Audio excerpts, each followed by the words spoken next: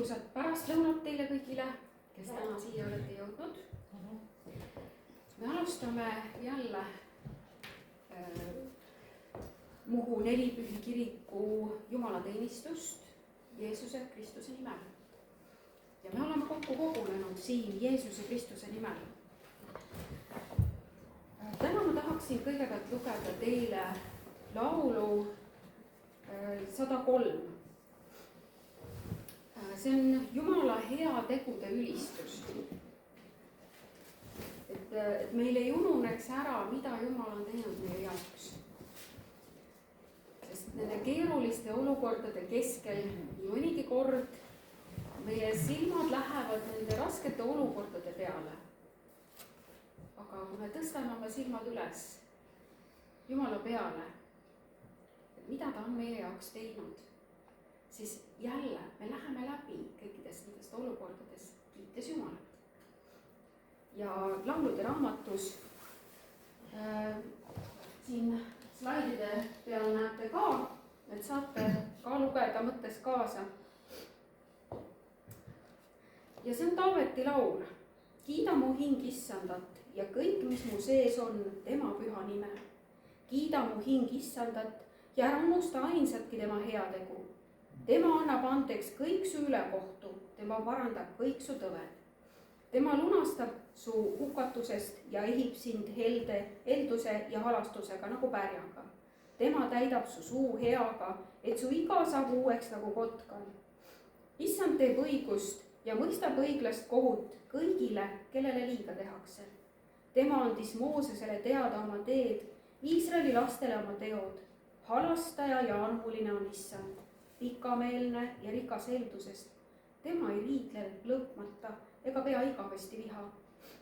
Tema ei tee meile meie pattu mööda ega tasu meile kätte meie pahategusid mööda. Sest otse kui taevas on maast kõrgel, nõnda on tema heldus võimas nende vastu, kes teda kardavad. Nii kaugel kui ida on läänest, nii kaugele viib ta meist meie üleastumised. Otse kui isa halastab laste peale, nõnda halastab Issand nende peale, kes teda kardavad. Sest ta teab, millist tegu me oleme. Tal on meeles, et oleme põrm. Inimese elupäevad on nagu rohi, ta õitseb nõnda nagu õieke väljal. Kui tuul temast üle käib, ei ole teda ja tema ase ei tunne teda enam. Aga Issanda heldus on igavesti nendele, kes teda kardavad.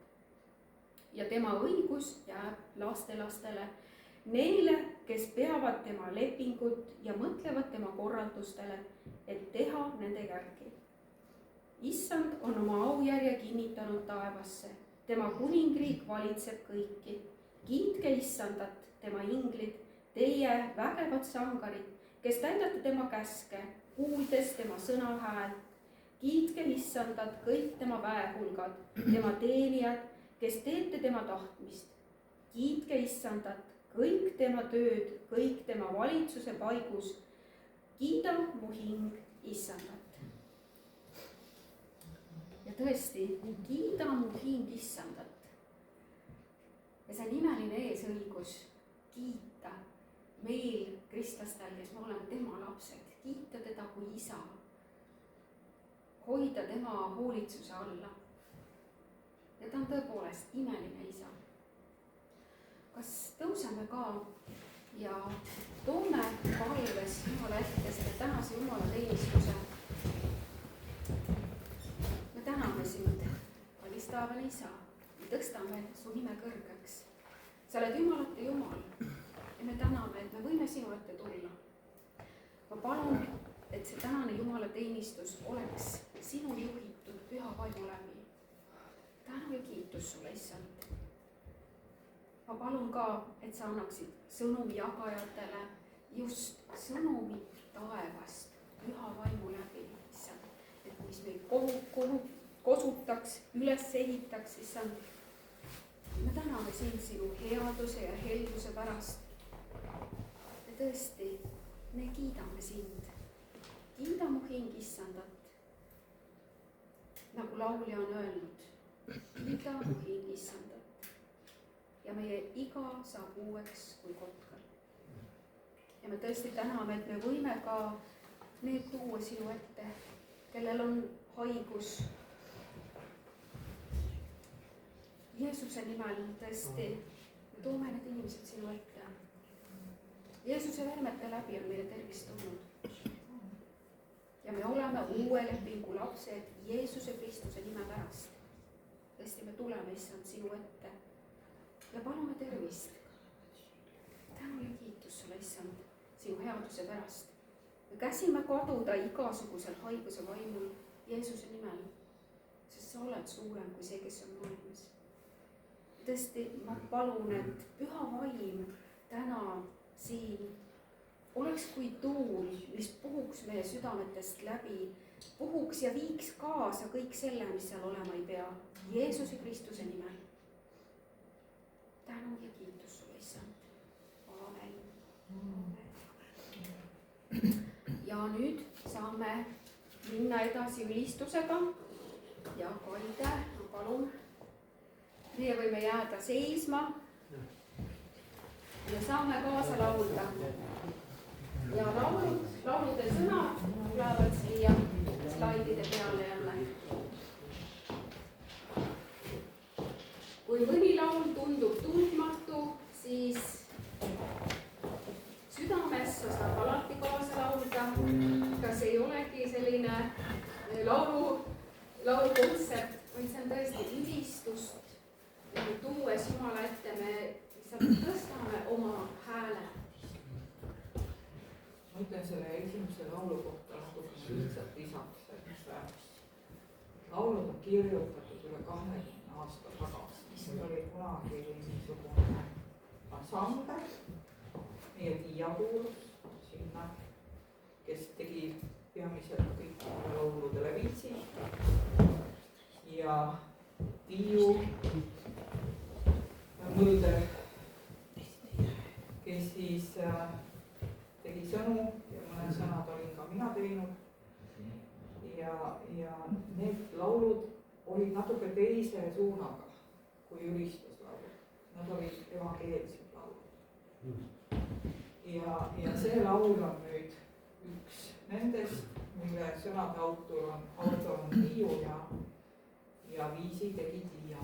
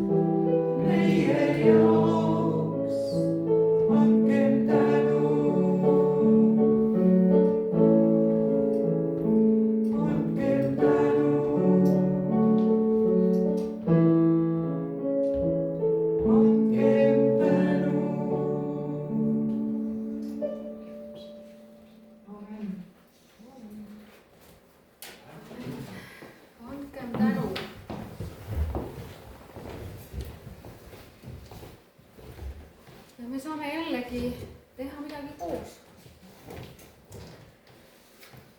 me anname tänu Issandale, tänu selle eest, mis ta on teinud. ja me oleme uue lepingu lapsed ja meil on õigus kinnitada seda lepingut ka üksteise keskel. Sellest samast lepingust räägib Jeesus evangeeliumites. Selle sama lepingu on andnud Jeesus ka Paulusele. Ja ma loeksin 1. Korintuse kirjast 11. peatükist. Seda me oleme ka üsna mitu korda lugenud siin. Aga see kinnitab, et leping hakkas kehtima sellest, kui Jeesus Kristus suri ristil meie eest, valas oma vere meie eest, ta murdis ennast meie eest. Aga see lepingu tähis, sellest ta rääkis juba oma jüngritele. Jüngrite jaoks oli see üsnagi selline tugev sõna või kõva sõna, mis oli nendel küllalt raske mõista. Osa neist isegi lahkus, sest nad ei saanud aru sellest sõnumist. Sest Johannese evangeeliumist me võime lugeda, kus Jeesus ütleb, et kes ei söö minu liha ega joo minu verd, sel ei saa olla osa minuga. Ja samas ta ütleb ka, et te tulite minuga, sest teie kõhud said täis. Jeesus, Jumal on väga, ta tõeliselt hoolib ka meie maisest elust ja meie probleemidest. Aga ta tahab anda rohkemat, ta tahab anda leiba taevast. Ja ma loen 1. Korintuse 11. peatükist, kus Paulus ütleb, et ta on selle Jeesuselt saanud. Ja 23. salmist alates, sest mina olen Issandalt saanud, mida ma olen andnud teilegi. Ta annab selle edasi oma jüngritele. Ja see on see uue lepingu tähistamine. See, milles meiegi elame. Et Issand Jeesus sel ööl, mil tema ära anti, võttis leiva, tänas, murdis ja ütles. See on minu ihu, mis teie eest antakse. Tehke seda minu mälestuseks. Sel samal kombel võttis ta ka karika pärast õhtu söömaaega ja ütles. See karikas on uus leping minu veres. Nii sagedasti, kui te sellest joote, tehke seda minu mälestuseks. Sest iga kord, kui te seda leiba sööte ja karikast joote, kuulutate teie Issanda surma, kuni tema tuleb. Ja jälle olen ma palunud Anita minuga koos leiba murdma. Ja kas Anita, sa ka soovid öelda oma sõna? Ma loeksid natuke edasi. Mul tekkis üks mõte. Sellepärast, kes iganes seda leiba sööb või Issanda karikat joob kõlvatumalt, sellel on Issanda ihust ja verest süüd. Ühesõnaga, kes ei mõista koguduse väärtust või koguduse koos käimist või ühesõnaga, et me käiksime armastuses. Aga inimene katsub ennast läbi ja nõnda sööbu ta seda leiba ja joogu sellest karikast, sest kes sööb ja joob, see sööb ja joob enesele nuhtlus, kui ta enesele ei anna aru sellest ihust, kogudusest ja Kristuse ihust. Sellepärast äkki tõuseme ja palvetame korra.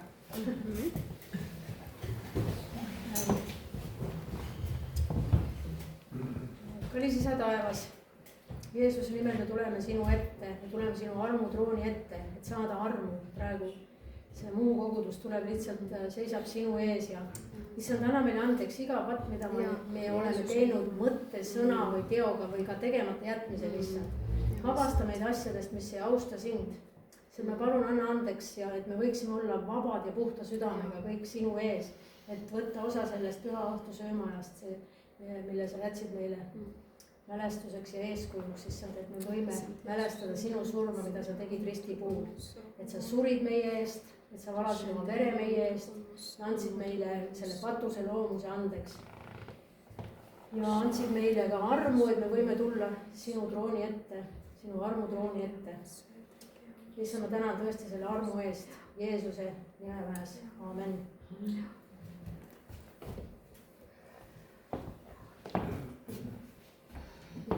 me õnnistame leiba ja me õnnistame karikat.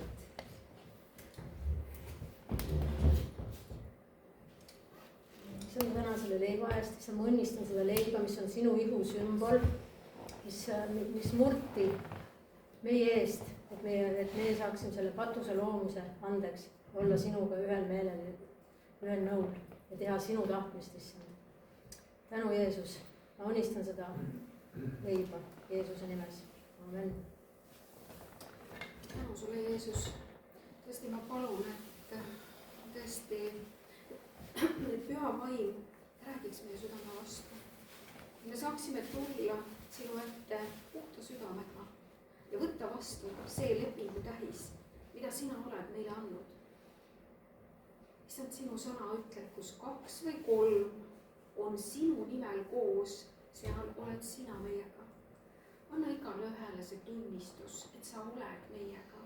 anna igale ühele see tunnistus, et sa tõesti oled päästnud meid ja me tunnistame või me kuulutame seda lepingut, mida sina, Jeesus, oled meiega teinud. ja rääkigu see leping meie südames, nagu sa oled, et sina, issand, teed meie südames seda tööd. ja tõepoolest ma palun, et püha vaim räägiks igaühe südames. Jeesuse Kristuse nimel, aamen.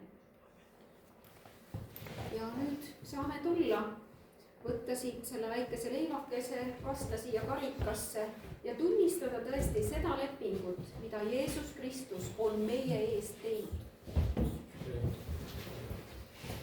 Kristuse ilu, mis sinu eest murti. Kristuse ilu, mis sinu eest murti, et sina võiksid olla terve. Jeesuse nimi. Kristuse ilu, mis sinu eest murti. Kristuse ilu, mis sinu eest murti. Kristuse ilu, mis sinu eest murti.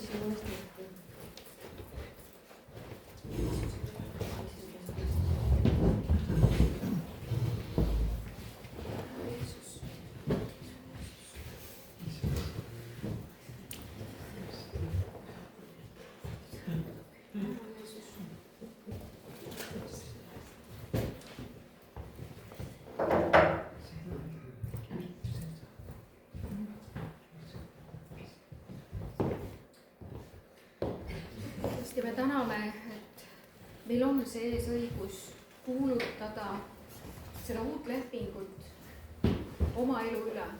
Et Jeesus Kristus on surnud minu eest.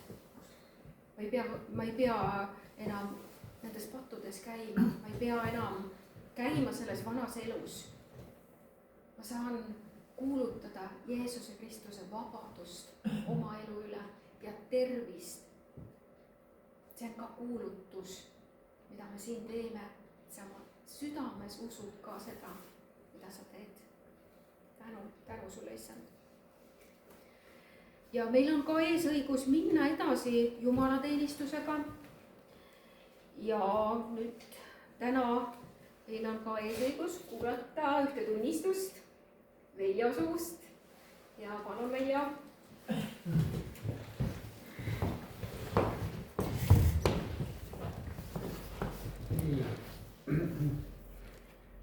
Ma loen Jakobuse kirjast 5. peatükist ja 16. salmi. Tunnistage siis üksteisele patud üles ja palvetage üksteise eest, et te saaksite terveks. Õige inimese mõjuvõimas palve saadab palju korda. Aamen. See on huvitav, et siin on räägitud teatud liiki haavadest. vahest mõnel inimesel on füüsiliselt kergem natukene valusid, ta on võib-olla isegi meestel taluda, aga kui on need psüühilised haavad, siis on väga raske nagu terveks saada, see võib nagu aastaid kesta. kas ma räägin imelikult? et mul oli lapsepõlvest saati üks sihuke psüühiline trauma, ma sain pärast tagantjärgi aru. aga tol ajal ma ei saanud aru, et ma midagi valesti olin teinud. ja kuna ma nüüd sain aru sellest, isegi ma olin kristlane, ma sain sellest ka aru, et Jumal on mulle andeks andnud. aga kuna ma sain aru sellest, mis ma teinud olin, siis oli mul omal sellega raske ja see oli sihuke haav, et nagu mul see teate, ma olen loomaarmastaja, nagu tead, aga ma ei tea, mis mul seal noores eas pähe lõi järsku. noh, on nagu inimesed noores eas vahest emotsionaalsed ja muutlikud ja ma nagu võib-olla, kes on koerainimesed, saavad võib-olla aru, et ma olin põlanud ühte koera ja see ketras mul kogu aeg meeles. ja kujuta ette situatsiooni, sa ei saa seda enam füüsiliselt lahendada, sest seda koera enam ei ole. võib-olla mõnel ei ole see probleem, aga ja iga kord, kui mul see meelde tuli, ma olin nagu täiesti reast väljas, nagu oleks labidega vastu nägu saanud. ma ei olnud enam võimeline midagi tegema. ja siis ma rääkisin ühe kristlasega ja esmapilgul ega ta midagi tarka ei ütle. ta ütles, et noh, et kui sa tunned, et Jumal on sulle andeks andnud, sa oled oma patud andeks palunud, et nüüd on su kord endale andeks anda.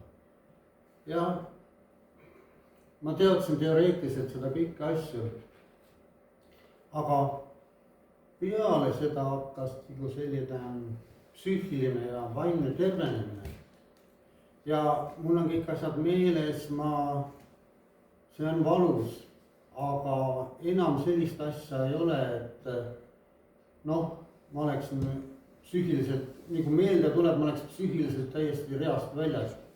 ma ei suudaks enam midagi teha või siukseid asju enam ei ole, nii et see haavad hakanud paranema, aga sealt, kus sa ise ei suuda.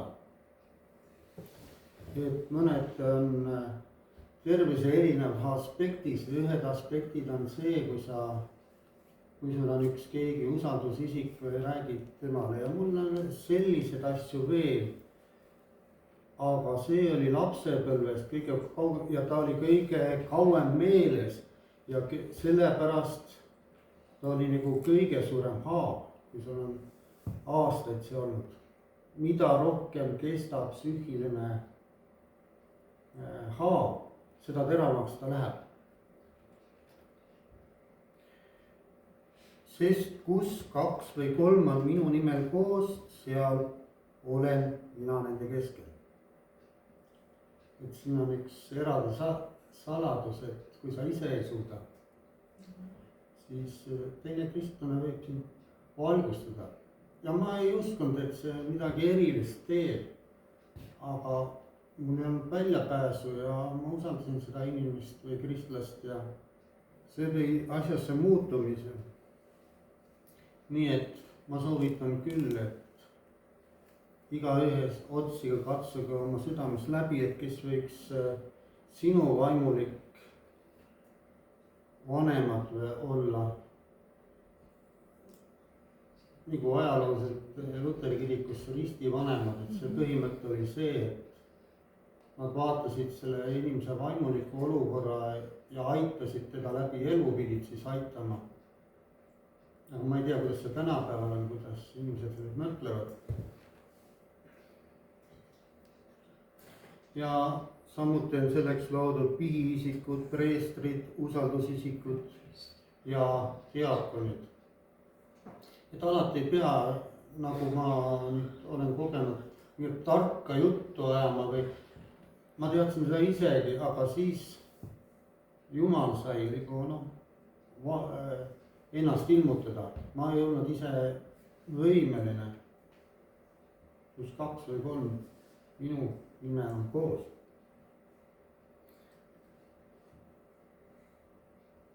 Ja mida Jeesus ütles, et kanna hoolt ja toida mu lambaid.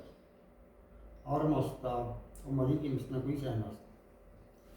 Nii et võib-olla mul ei ole ka paljud asjad kohale jõudnud, aga kui see jõuab kohale, kui see ühe päeva toimib, siis sa oled natukene asjal pihta saanud. Aamen.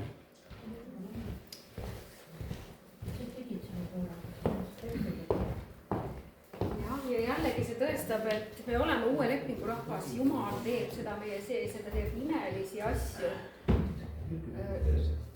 Ta tervendab meid ja see käib kõik läbi usalduse, Jumala usalduse, läbi Jumala sõna usalduse.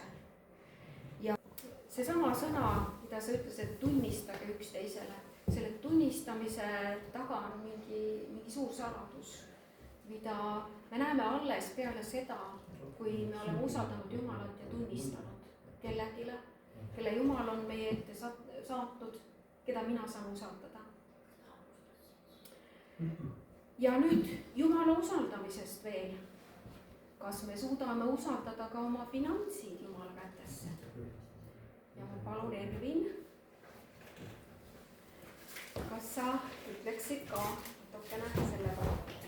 Jah, ütleks küll, kuigi ütleks, et mis ma paberile mõtted kodus panin, need on täna hommikusin kõik kõlab või täna hommikul peab lõunat. Laul 103, Jumala heategude ülistus. Või kui me laulsime, andkem tänu rõõmsa meelega, andkem tänu, sest ta püha on, andkem tänu, sest ta on andnud Jeesus oma poja. Jumal on nii palju meile tõesti andnud. Ja üks asi on künnise maksmine, seal on number, kuhu me saame oma künnist maksta, aga Piibel räägib meile ka ohvrist ja see, mis me praegu teeme, see on ohver, see ei ole künnis. Et künnist me maksame eraldi 10% oma sissetulekust. Ja juba ammu enne Moosest andis Abraham künnist kuningas Melkisedekile. Ja 1. Moosese 14.20 ütleb: ja õnnistatud olgu kõige kõrgem Jumal, kes andis su vaenlased su kätte ja Abraham andis temale künnist kõigest. Siis ei olnud veel käsku, kui Abraham esimesena andis Jumalale künnist, sest Abraham sai aru, et ta ei ole ise võitnud neid vaenlasi, vaid see oli Jumala imeline vägi ja abi.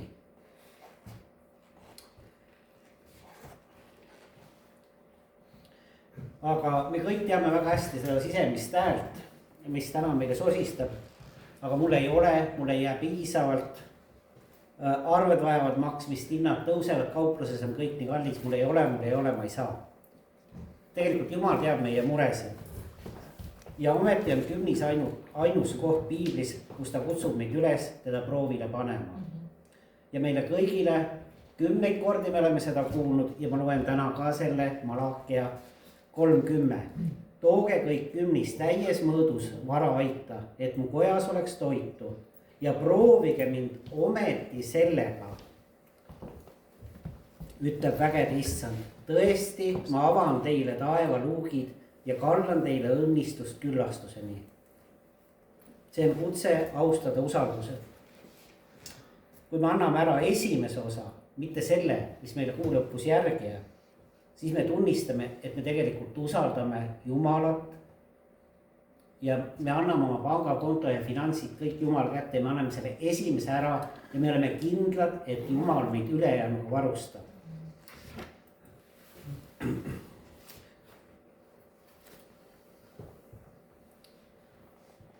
Ja siuke nagu enne Veljo tunnistas ka väike tunnistus siia, et kui oluline on tegelikult Jumalat usaldada, kui oluline on seda künnist maksta, ohvrit maksta. Olid jõulud lähenemas, aastavahetus lähenemas, siis kõigil on rahadega kitsas. Tegin ma seda pattu, et ma ei maksnud 100% või 10% oma kümnist ära, maksin 1/3 ainult. ja Jumal andis mulle kohe õppetunni, jaanuari keskel oli mul olukord, kus mu arvel oli 5 eurot ja 10 eurot oli mul rahakoti vahel, mis ootas järgmist Jumala teenistust, sest see oli ohver, mis ma pidin maksma. See oli 15. jaanuari paiku, kui mul oli 5 eurot arvel. Reedel tuli meil palk üle ja mul oli see 5 eurot arvel. Selle 2 nädalat ma ei olnud söömata, mul olid arved makstud, sest arved ma maksan kohe kuu algul ära. Mul oli tuba soe, mul oli kõik olemas. Jumal varustas mind imesel. Aga see oli see õppetund, et kui reedel palk üle tuli, siis mitte esimesena ma ei kandnud oma pojale, ma ei maksnud arveid ära, vaid esimene liigutus oli, ma maksin oma 10% kümnist muu kogudusele.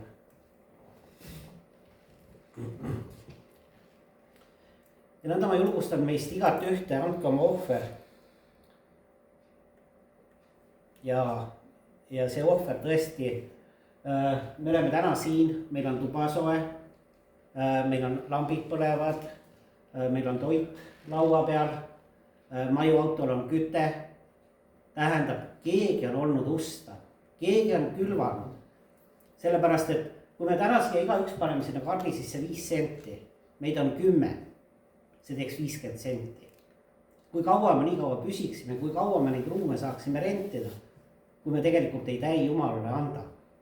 Ja kui me Jumalat ei usalda, Jumalale ei anna, siis me ei saa oodata, et me saame kuskilt.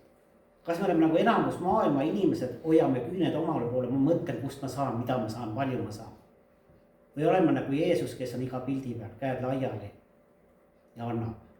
Nii et andke rõõmsa meelega, andke armastusega ja mõelge selle peale, et kui ma tahan midagi saada, siis tuleb ka anda ja tuleb ohverdada.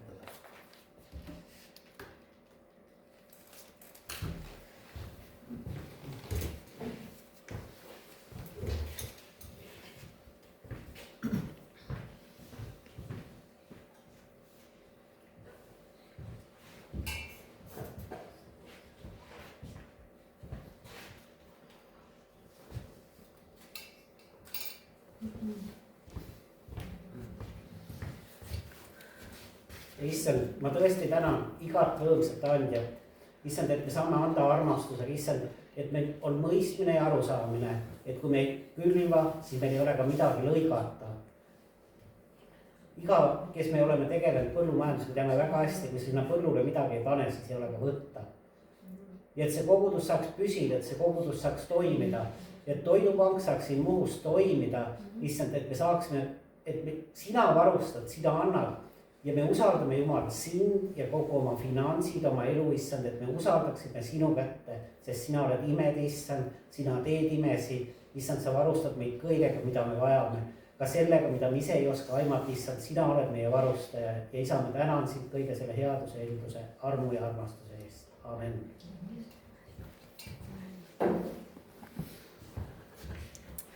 Aitäh, Ervin.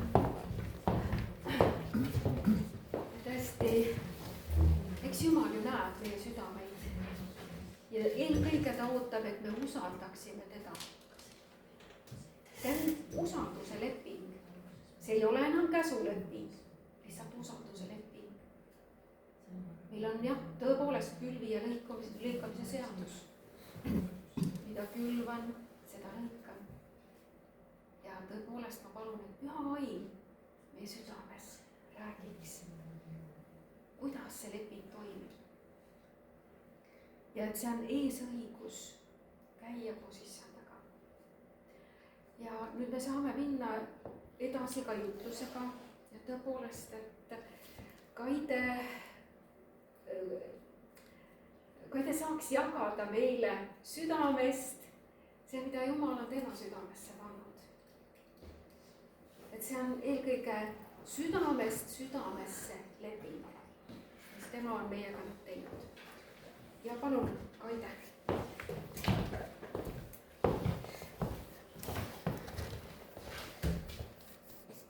Tere, armsad. Vennad nii toredasti tunnistasid siin oma tunnistusi ja oma õppetunde, mida keegi on saanud. ja räägiti ka sellest, et vaimsest tervisest. Räägiti vaimsest tervisest läbi selle, et midagi on kunagi valesti tehtud. Ja see tuleb ikka taas meelde ja nagu halvab. Mina ka tahan täna rääkida natukene seda sama teemat jätkata, aga pisut teise nurga alt, et hingelisest väsimusest, vaimsest väsimusest. Me elame lihtsalt praegu niisugusel ajal, mis tekitab nii palju küsimärke, et kuhu me tegelikult nagu teel oleme. Me vaatame uudiseid, seal on sõjad, seal külvatakse hirmu. Kui palju te uudistest näete selliseid positiivseid sõnumeid? No pole. Väga vähe, väga harva. Sest see ei köida inimesi. Mingil põhjusel köidab inimesi just nimelt see halb sõnum. Ja ometi teeb see midagi meie vaimse tervisega. Me elame niisugusel ajastul, kus kõik peaks juba nagu jube kiiresti lahenema. Meil on telefonid, ma saan oma sõnumi anda edasi kas või Itaaliasse oma tütrele sekundite jooksul. Meil on internet, meil on autod, meil on lennukid. Kõik peaks nagu tegema nii, et meil jääks nagu aega üle. Kas kellelgi on aega üle? On ju? Järjest hullemaks läheb. Nii kiire on, et vahel on niisugune tunne, et süüa ka enam ei ole aega. Ja mida see kõik siis teeb tegelikult meie vaimse tervisega? Kusjuures füüsiline tervis on väga tugevalt seotud vaimse tervisega.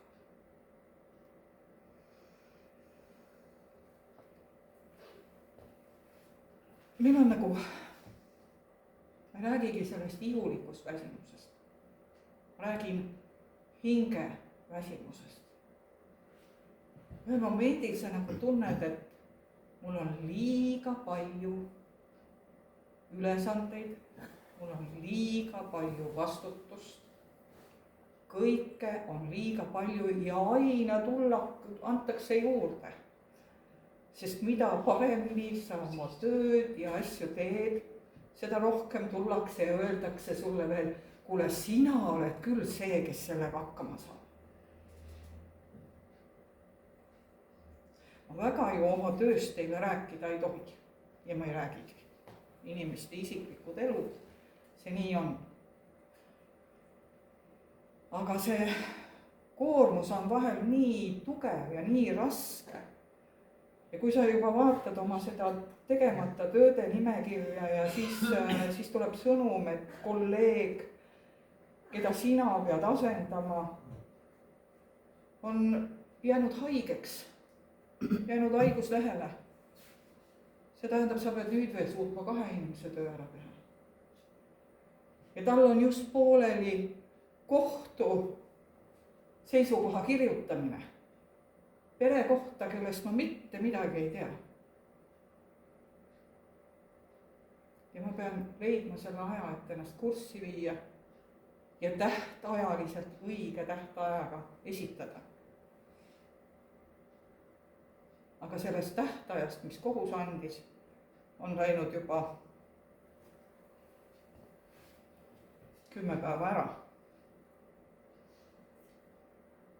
Nii et need on need, kus sa nagu ühel momendil tunned, et Jumal, mina nüüd löön käed püsti. Mina lihtsalt enam ei jaksa. Ma tahan puhata ja mängida ka. On ju? Kas pole nii?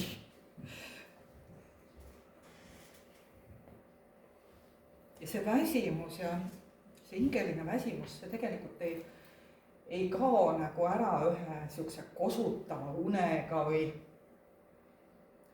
puhkusega isegi, võib-olla nädalase puhkusega, see nagu ei kao mitte kuhugi. sest see kaob ainult siis, kui sa näed seda, et sa ei ole oma olukordade sees üksi, vaid sul on koostööpartner. Kes on see koostööpartner? Meie looja, meie Jumal.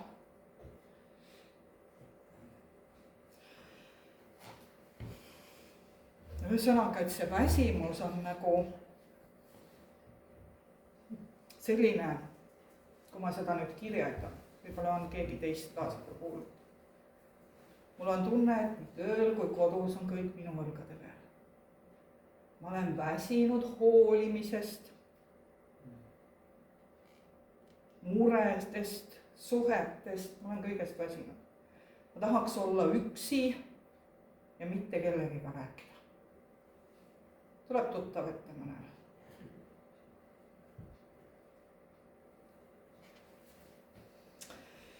Ja siis siia lisandub vahel veel see asi ka, et sa oled ju kristlane.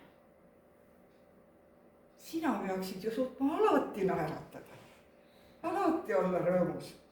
Mismoodi sa siis seda nüüd tunnistad praegu, et sa oled nii väsinud ja tüdinud ja sa tahad puhata ja mängida? Appikene, see paneks nagu sulle veel topeltkoorma peale. Sest kõik jälgivad ju sind, kõik teavad ju seda, et sa oled usklik. Anja. Aga tegelikult olukord ei olegi ju nii hull. Kui me lähme praegu laulude 42, siis see laulu kirjutaja seal on öelnud niisugused 42.6 on siis täpsemalt see kirjakoht. See laulu kirjutaja on siis seal öelnud, et miks sa oled nii rõhutud mu hing ja rahutume sees. Ja me ju tegelikult teame, et see, kes need sõnad siia kirja pani, oli kristlane. Mitte kristlane, vaid usklik, kuna ta on Vana-testamendi aega. Aga ta oli usklik, ta uskus Jumalat. Eks ole? Ja ometi ta tunnistas Jumala ees, et tema hing on rõhutud, rahutu ja ta on väsinud. Ta koges seda kirjutades kindlasti, et ta on üksi, ta ei suuda kõigega toime tulla, tal ei ole abi, ta on eraldatud võib-olla sõpradest ja tuttavatest ja perest. See salm tegelikult peegeldabki väga sügavat hinge valu.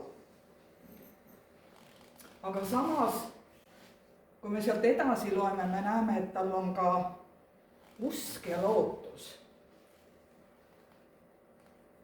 Sest ta ütleb seal kohe järgi, oota Jumalat, sest ma tahan teda veel tänada ta palge abi eest. Ta mõistab, et ta on hetkel selles olukorras ja sellises olukorras ongi vaja puhkust.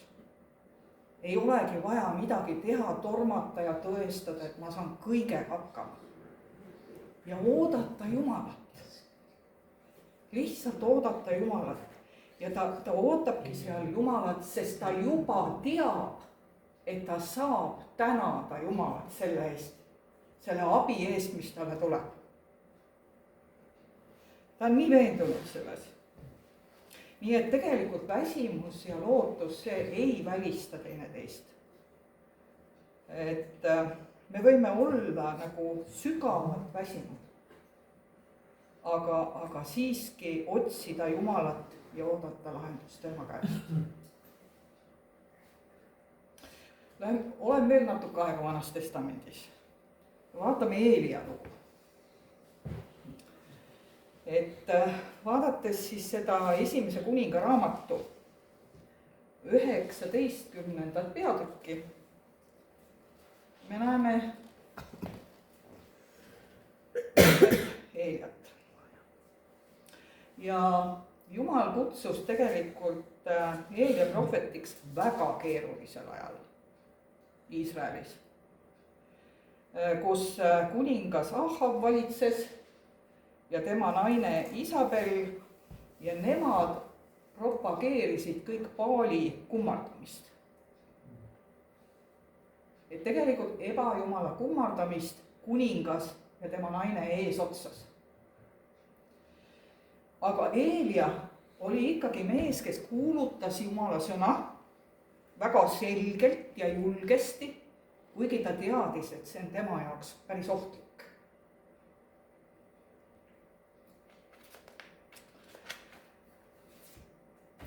Ja just ta oli teinud midagi suurt. Ta oli just teinud midagi nii vägevat ja suurt ja Jumal oli näidanud kõigi silma all, Baali prohvetite silme all oma vägevust ja suurust. Ja mida ta siis tegelikult seal tegi?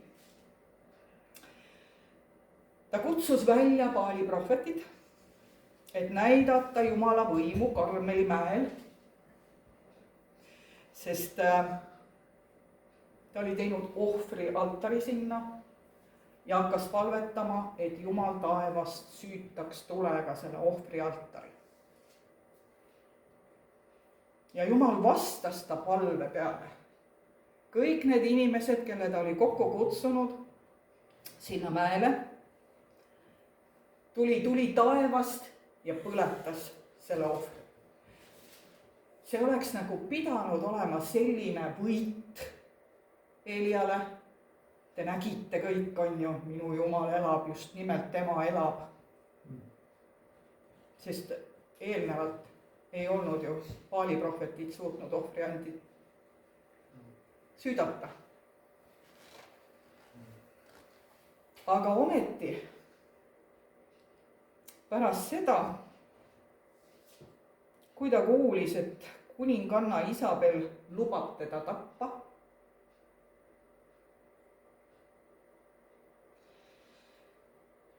ja sai aru, et tema elu on nüüd päriselt ohus ja teda aetakse taga,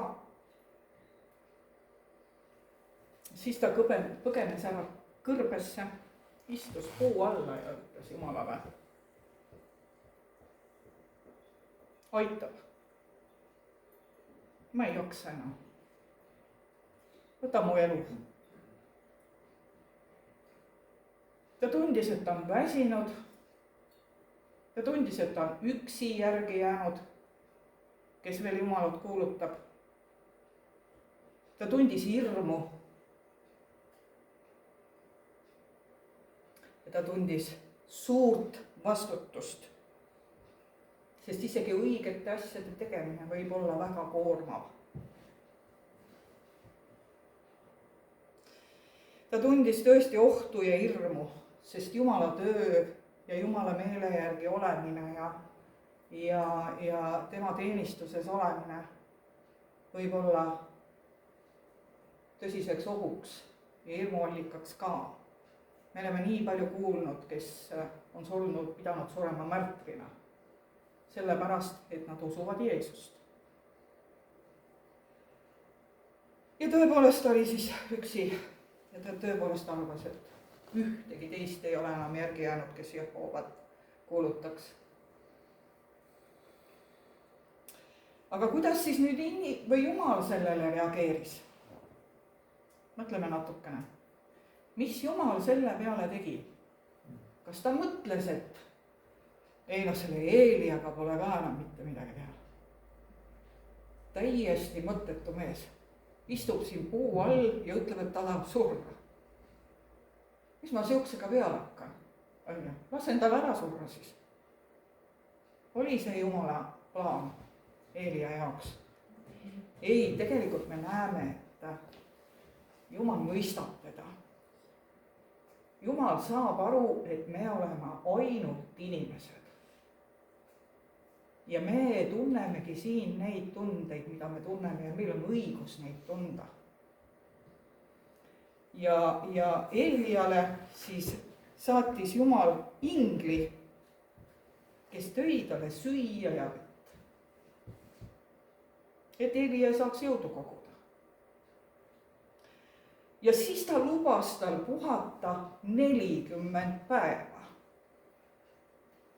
ei olegi ju mitte üks päev või maga öö ära ja siis on kõik korras, on ju. ei, 40 päeva ta lubas tal rahulikult puhata ja üldse ta ei öelnud, et sa pead veel midagi tegema. ta lihtsalt puhkas. ta lihtsalt mõtiskles, sõi ingli toodud toitu ja mõtiskles. see tegelikult on meile nagu lohutuseks, kui me seda näeme, et väsimus ei ole mitte see, et me oleme nõrgad või me ei saa hakkama või et Jumal on nüüd meis kohutavalt pettunud. ei ole. ta väärtustab meie hinge ja vaimu tervist, keha tervist ka. aga keha tervis tulebki sulle järgi, kui su hing ja vaim on terved. aga vaatame siis Uuest Testamendist, mis Jeesus siis arvab sellest asjast. kas meil on õigus olla vahetevahel väsinud või siiski mitte? Mattiuse 11:28-30. siin ütleb Jeesus selge sõnaga: tulge minu juurde kõik, kes olete vaevatud ja koormatud, ja mina annan teile hingamise. võtke endi peale minu ikke ja õppige minult, sest mina olen rahulik ja alandlik südames. ja teie hing leiab rahu, sest minu ike on hea ja minu koorem on kerge. keda Jeesus oma juurde kutsus? Neid, kes on rõõmsa meelega kõik, kes on jube tugevad ja jube tragid ja saavad kõigega hakkama. ei olnud nii ju. ta kutsus oma juurde just need, kes on vaevatud ja rõhutud ja väsinud, elust väsinud, kõigest väsinud. ühes teises kohas öeldakse, et arsti ei vaja mitte terved, vaid haiged. Amen. Pole tervena vaja arsti juurde minna. mis see ikke on, millest siin räägib? see on nagu siuke huvitav asi, mis asi on see ikke, millest piibel siin räägib? ikke on tegelikult põllumehe tööriist, mida kasutati 2 härja juhtimiseks. et ühele härjale ei langeks liiga suurt koormust. ühesõnaga, tegelikult Jeesus pakubki meile, et ta on meie koostööpartner. andke see mure ja vaev minu õlgadele. tehke ise oma osa ja mina teen oma osa. ma teen sealt edasi, kus teie enam teha ei saa. on ju?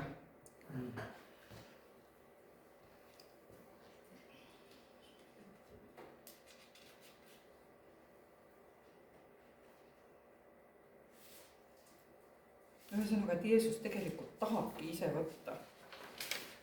võtta need asjad, mis meid ülemäära väsitavad ja vaevavad.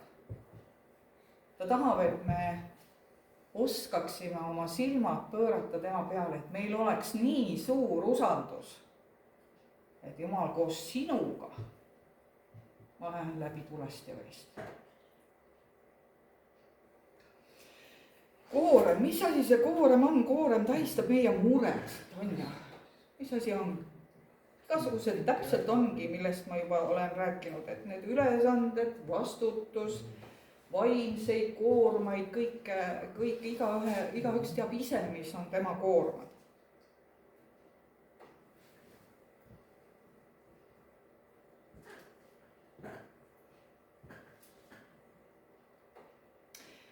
ja Jeesusega koos me neid üksi kandma ei pea.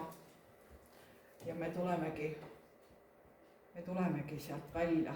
see on nii põnev, ma lihtsalt vaatan ka oma töös vahest, et ma ütlen Jumalale, ma olen kõik teinud. Ma olen kõike püüdnud seletada, kõike püüdnud rääkida. Ma olen nende kõikide eest palvetanud, neid õnnistanud. Ma olen kõike teinud. Jumal, aga nad panevad vastu. Ja siis ma ütlengi, aga Jumal, sina, kes sa nüüd saad minna kaugemale kui mina. Palun tee see ülejäänud osa ära. Ja teate, ma olen näinud imesid. Ma olen päriselt näinud imesid. See võib-olla ei tule kohe päeva pealt, sest selleks on lihtsalt vaja aega.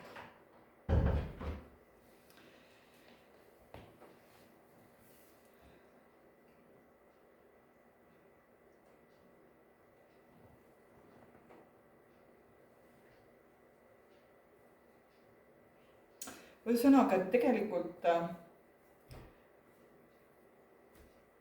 väsinud hing võib vahel tunda, et usk tähendab ka rohkem tööd ja survet.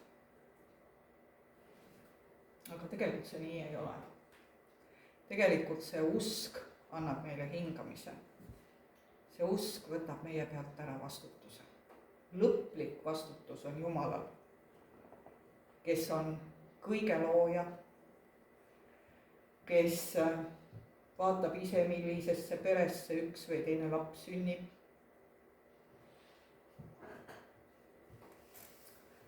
Kõik need peresuhted loob tema. Nii et mina olen siin lihtsalt, Jumal, siin ma olen. Ma tänan sind selle töö eest, mis sa oled mulle andnud. Selle kutsumise eest, mis sa oled mulle andnud. Ja mina teen oma ja sina teed oma. Ja nii tulevad head tulemused lõpuks. Teil on omad asjad, mille sees te igapäevaselt liigute, aga põhimõte on ju täpselt seesama.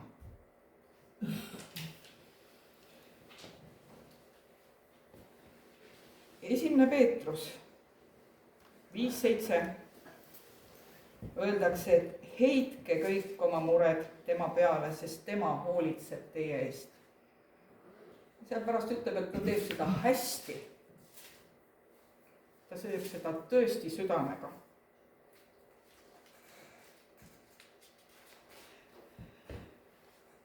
See, kui sina annad oma mured Jumala õlgadele, see ei ole tegelikult nagu nõrkuse märk, vastupidi. Vastupidi, see näitab, et sa hoolid endast, oma tervisest. Sest mis on patt? Mis on patud? Tuletame need meelde. Patt on see, kui sa ei usu Jumalat. Uskmatuse patt on kõige suurem patt, sest sellest saavad alguse kõik muud asjad. Lihtne. Ja muretsemine on ka patt. Sellepärast, et usk peaks ära võtma sinu õlgadelt selle murekoorma ja väsimuse koorma. Nii et heitke siis Jumala rahuga, heitke rõõmuga need mured tema peale ja lihtsalt vaadake, kuidas ta need ära lahendab. Teie ülesanne on lihtsalt need Jumala ette tuua palves ja siis jääda jälgima. Teha ära muidugi oma osa, mis igaüks teha saab. Aga siis jääda lihtsalt jälgima. Nii et väärtusta oma tervist ja muretse vähem.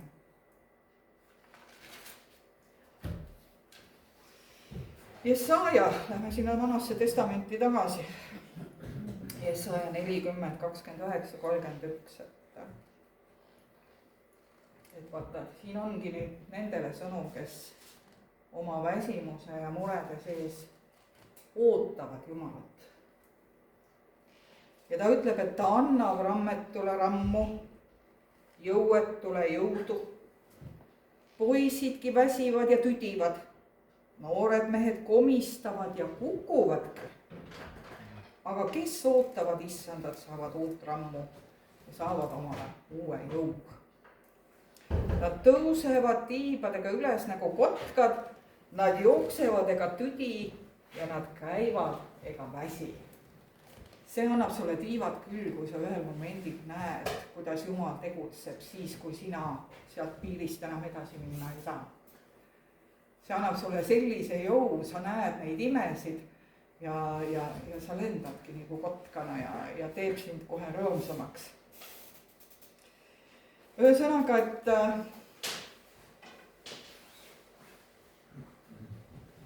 lootus Jumala peale ei tähenda seda, et homme on kohe kõik korras. Kui sa nüüd seda loodad, no siis sa pettud. Sest kuskil ju öeldakse, see ei ole üldiselt piiblis, aga et Jumala veskid jahvatavad aeglaselt, et Jumal hakkab tööle sinu palve peale ja siis ta hakkab alles organiseerima ja tegema ja kõike korraldama, kuni see siis ühel päeval saab teoks. Aga me näeme ka teistsuguseid palvevastuseid, mis toimuvadki vot nii. Mul on ka neid olnud. Ma palvetan ja järgmine päev ongi kõik korras, mis tundus täiesti võimatu. Aga see ei ole alati nii, aga see ei tähenda seda, et Jumal ei tegutseks. Tal on vaja lihtsalt aega. Lootus tähendab tegelikult seda, et me ei ole oma väsimuses üksi ja me ei ole hukka mõistetud. Me teame, et Jumal armastab meid, ta hoolib meid, ta toob meile nüüd süüa ja leiba ja annab meile 40 puhkepäeva, sest ma olen talle välja toonud ausalt, et ma olen nüüd väga-väga väsinud. Ja ma ei taha enam elada. Ka see üks siukseid probleeme on. Me näeme praegu kogu aeg seda üle maailma igal pool, nii täiskasvanud kui noored lapsed. Meil on terve hunnik eneselõikujaid, kes on elust väsinud ja nad tahavad lahkuda siit elust. Ja need on kõik seal algavad juba 4.–5. klassist. Elu on keeruline, siin ongi keeruline. Kui sa veel Jumalat ka ei tunne, on eriti keeruline. Ma olen laste käest viimasel ajal hakanud küsima, lihtsalt, et teada saada nende maailmavaadet. Minuni jõuavad ju ikkagi probleemsed lapsed, enamasti.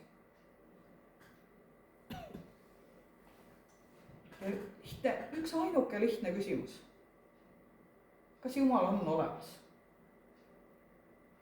Ja see on nii informatiivne. Kui nad juba ütlevad, et ei ole siin mingit Jumalat, siis on ju selge, et ta võibki teha, mis ta tahab. Tal ei olegi üldse kedagi, mis karistab. Mis korrale kutsuks, mille nimel pingutada. See ei tähenda, et Jumal karistab. Jumal pigem kutsub ja tahab sulle anda uued vaated elule. Aga see on väga informatiivne minu jaoks, kui ma selle küsimuse lastelt ära küsin. Ma ei räägi neile rohkem mitte midagi, sest mul pole õigust neile rohkem mitte midagi rääkida. Ma olen juba korra selle eest võtta saanud, et ma valla esindajana ei tohi seda mainida, et Jumal olemas on. Aga koolis ei räägita, vanemad ei räägi, kus laps peab teadma. Noh, jah, no mõni uurib ise. Mul on ka neid lapsi, kes ütleb, et jah, nendega on tavaliselt väga ruttu, nad on mul lauad kadud ka. See on nagu huvitav. Ja kui ta ise küsib mu käest, siis ma võin rääkida. Nii et ma ei tee kunagi sellest mingit saladust, et mina olen usklik. Ei lastele ega laste vanematele. Ja siis nemad, kui neid päriselt huvitab, siis nad saavad küsida.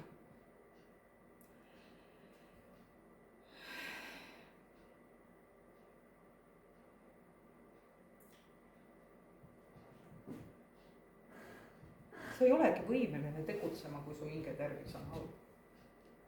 sa vajadki puhkust. sa vajadki seda üleandmist. ühesõnaga, et tegelikult seda on jube hea teada.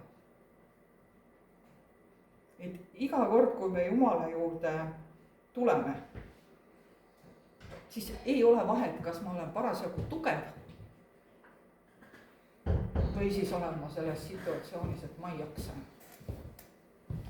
Jumal vaatab sinu peale ikkagi alati armastusega, hoolimisega ja ta ei mõista sind ja mind hukka.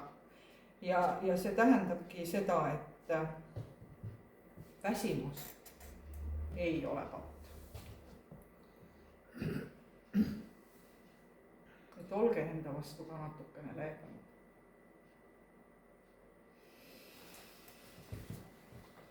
see lootus kannabki meid läbi kõige, läbi väsitavate hetkede. me teame, et Jumal ei ole pahane, kui me oleme väsinud ja seda talle tunnistame. ta hindab ausust ikkagi kõige rohkem. mis kasu on sellest, kui ma oma sees olen niivõrd läbi ja siis lähen, ma olen rõõmus issandas. noh, jah, ta ju näeb, on jah. et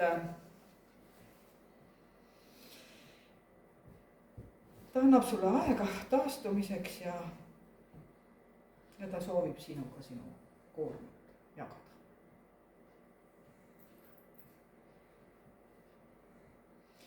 ja ta palub sul, ta lausa palub sul kõik oma mured tema peale heita ja, sest küll ta siis korraldab kõik hästi.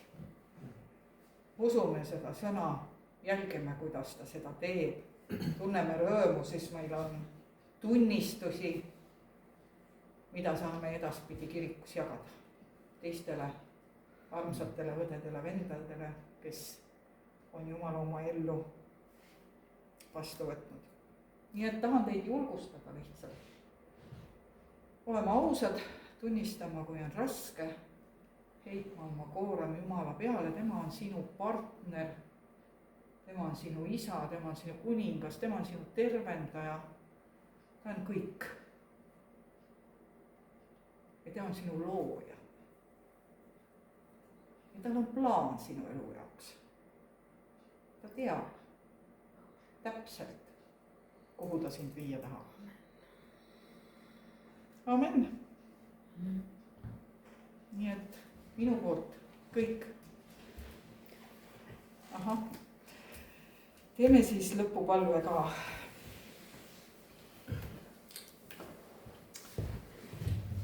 isa, me tuleme sinu ette. me teame, et sa meid alati kuuled, kui me sinu ette tuleme ja seda enam, kui me oleme mitmekesi siin koos, siis sina oledki ju siin meie keskel. ja me tunnistame oma väsimust, oma tüdimust, oma hirmu kõige tuleviku ees. ja me palume, et sa võtaksid need meie koormad enda kanda ja õpetaksid meile seda, kuidas neid sulle üle anda.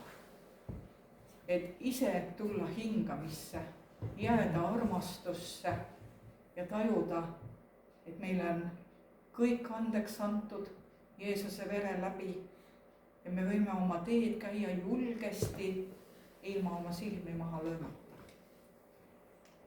isa, ma palun, et sa õnnistaksid seda kogudust, selle koguduse töötegijaid ja annaksid neile tarkust ja ilmutuse vaimu sinu tunnetuses. et nad võiksid olla õiged teejuhid õigetele inimestele. issand, ja lisa siia juurde neid liikmeid, lisa meie hulka veel liikmeid. Jumal, me palume ärkamist Muhumaale ja sa oled lihtsalt vägev kõike seda tegema, mida sa oma sõnas oled tõotanud. Jeesuse nimel, aamen.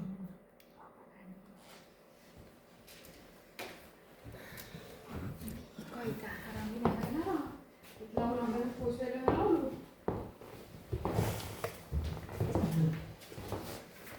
saame tõusta. aitäh, Kaide, selle sõnumi eest. jah. kui sa räägid sellest, mis su sees parasjagu toimub, siis Jumal võtabki üle. ja isa, sinu armastus on imeliselt suur ja ma tõepoolest ei tea, kuidas ma ilma sinuta kord elada sain.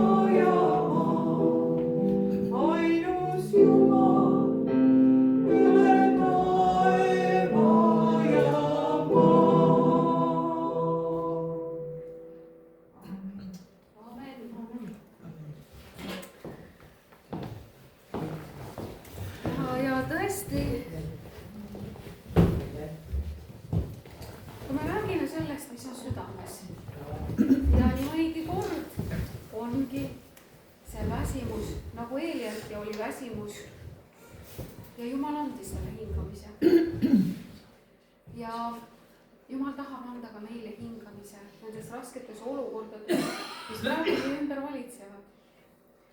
meil on see eesõigus tulla Jumala juurde. ja me võib-olla oleme väga palju rääkinud, et mida või hoia oma silmad Jeesuse peal, hoia oma silmad Jumala peal. aga mida see tähendab? See tähendab seda, et ma loodan ta peale. See tähendab seda, et mõnikord on minu palve ainult ohkamine. mõnikord on minu palve ainult kiitus. mõnikord on minu palve olla ainult tema jalge ees, lihtsalt olla. ja ta on tõotanud oma sõnas, ta hoolitseb minu ees. see on ka see, et ma uurin ta tahet ja tean ta tahet. ja juba Vana Testament ütleb, mul on head mõtted teie pärast. seda ütles Jumal. mul on head mõtted teie pärast. nagu Kaide ütles. meie teeme oma osa, Jumal teeb oma osa ja võtame selle ikke. aga ma loen veel lõpusõnad meile 4. Moosese raamatust. 6. peatükk ja 24. salmist. Issand õnnistagu sind ja hoidku sind. Issand lasku oma pale paista sinu peale ja olgu sulle armuline. Issand tõstku oma pale sinu üle ja andku sulle rahu. See on Jumala sõna. Amen. Ja nüüd täname neid käsi, kes tegid siin valmis, täname käsi, kes katsid laua ja saame võtta igaüks ühe tooli ja tulla nautima neid vilju, mis meil siin